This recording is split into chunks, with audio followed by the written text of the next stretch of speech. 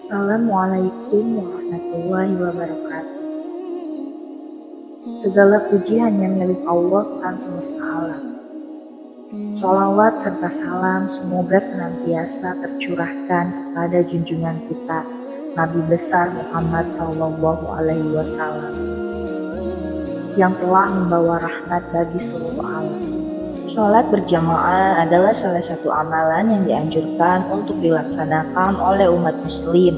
Sholat berjamaah merupakan ibadah sholat yang dilakukan oleh 2 orang atau lebih, yang mana terdiri dari seorang imam, pemimpin sholat, dan makmum. Hukum dari sholat berjamaah dapat berupa sunnah muakkad, fardu ain, hingga fardu kifayah. Hal ini disesuaikan dengan kondisi yang menyertai pelaksanaannya. Ada beberapa keutamaan sholat berjamaah, yaitu 1. Pahala berlipat ganda.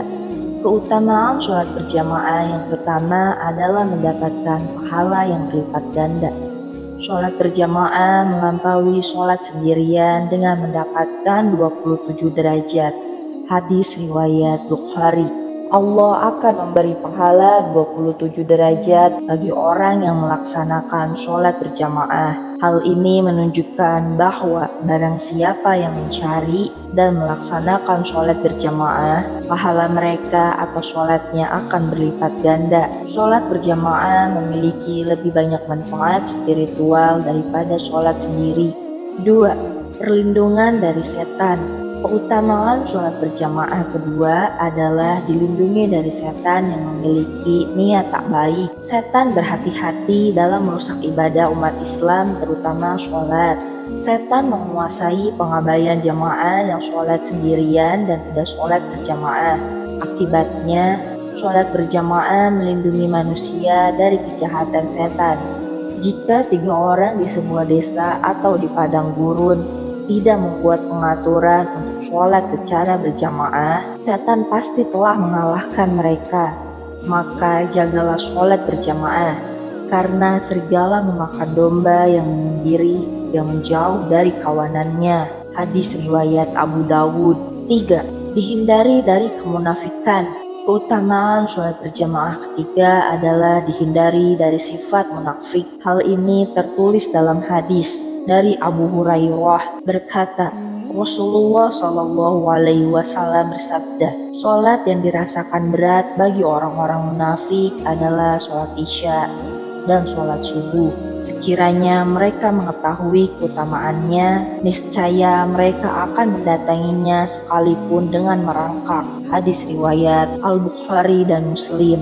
Hadis lain juga berbunyi, barang siapa sholat isya secara berjamaah, maka seakan-akan dia melakukan sholat separuh malam. Barang siapa sholat subuh berjamaah, maka seakan-akan dia sholat seluruh malam. Hadis riwayat Muslim. Keutamaan luar biasa lainnya dari sholat berjamaah adalah membantu mengetahui di mana kita berdiri dengan kemunafikan. Jika ingin menghindari kemunafikan, kita harus bertekad untuk memanfaatkan setiap sholat berjamaah dengan penekanan pada sholat isya dan subuh. 4. Mendapatkan perlindungan dari api neraka. Nabi Muhammad SAW bersabda, barang siapa berjamaah sholat subuh ketika duduk seraya mengingat Allah Subhanahu wa Ta'ala hingga matahari terbit, maka hal tersebut merupakan perlindungan dan pembebasan dari api neraka.